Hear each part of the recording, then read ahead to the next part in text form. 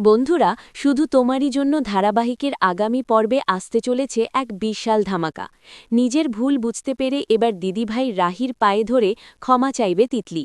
কিন্তু কিভাবে উদ্ধার হলো সে? চলুন জেনে নিই বিস্তারিত। গল্পের শুরুতেই দেখা যায় তিতলিকে খুঁজতে রাহুল আর রাহি পৌঁছে যায় সেই রহস্যময় হোটেল ড্রিম টাচে। সেখানে তিতলিকে আটকে রাখা হয়েছে বুঝতে পেরে তারা চারদিকে তল্লাশি শুরু করে। একটা সময় রাহি সেই শয়তান মহিলাটির ঘরের সামনে দাঁড়িয়ে কথা বলতে থাকে। ঠিক তখনই ভেতর থেকে তিতলির আর্তচিৎকার শুনতে পায় সে। রাহি বুদ্ধি করে সেখান থেকে চলে যাওয়ার নাটক করলেও আসলে সে রাহুলকে নিয়ে পাশের ঘরে ঢুকে পড়ে। রাহুল যখন ভাবছে কিভাবে ওই ঘরে ঢোকা যায়, তখনই রাহি দেখতে পায় ব্যালকনি দিয়ে পেছনের দিকে একটা ছোট দরজা আছে।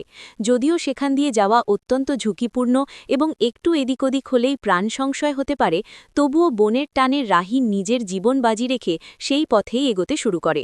ঠিক যে মুহূর্তে সেই নোংরা লোকটি তিতলির গায়ে হাত দিতে যায়, তখনই দেবদূতের মতো সেখানে হাজির হয় রাহি। সেই লোকটির হাত চেপে ধরে তাকে আচ্ছা মতো ধোলাই দেয়। এরপর রাহুলও ভেতরে ঢুকে পড়ে এবং পুরো গ্যাংটিকে উচিত শিক্ষা দেয়।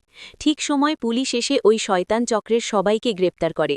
বিপদমুক্ত হয়ে তিতলি তার দিদিভাই রাহিকে জড়িয়ে ধরে হাউ মাউ বলে কাঁদতে থাকে। কিন্তু হঠাৎ করেই তিতলির নজর যায় রাহির সিঁথির দিকে। দিদিভাইয়ের মাথায় সিঁদুর দেখে সে অবাক হয়ে প্রশ্ন করে, দিদিভাই, তোর কার সাথে বিয়ে হয়েছে? ঠিক সেই সময় রাহুল সামনে এসে দাঁড়ায়। তিতলি মুহূর্তেই বুঝতে পারে যে তার ভুলে বাড়ি থেকে পালিয়ে আসার কারণেই পরিস্থিতির চাপে পড়ে তার দিদিভাই আজ রাহুলকে বিয়ে করতে বাধ্য হয়েছে। নিজের ভুলের জন্য দিদিভাইয়ের জীবনটা এভাবে নষ্ট হয়ে গেল ভেবে তিতলি কান্নায় ভেঙে পড়ে এবং রাহির পায়ে ধরে ক্ষমা চায়। সে বুঝতে পারে তার একগুঁয়েমির মাসুল দিতে হয়েছে তার দিদিভাইকে। তো বন্ধুরা, তিতলি কি পারবে রাহুল আর রাহির এই সম্পর্ককে সহজভাবে মেনে নিতে, নাকি তিতলির মনে রাহুলের প্রতি ভালোবাসা আবারও কোনো নতুন ঝামেলার সৃষ্টি করবে?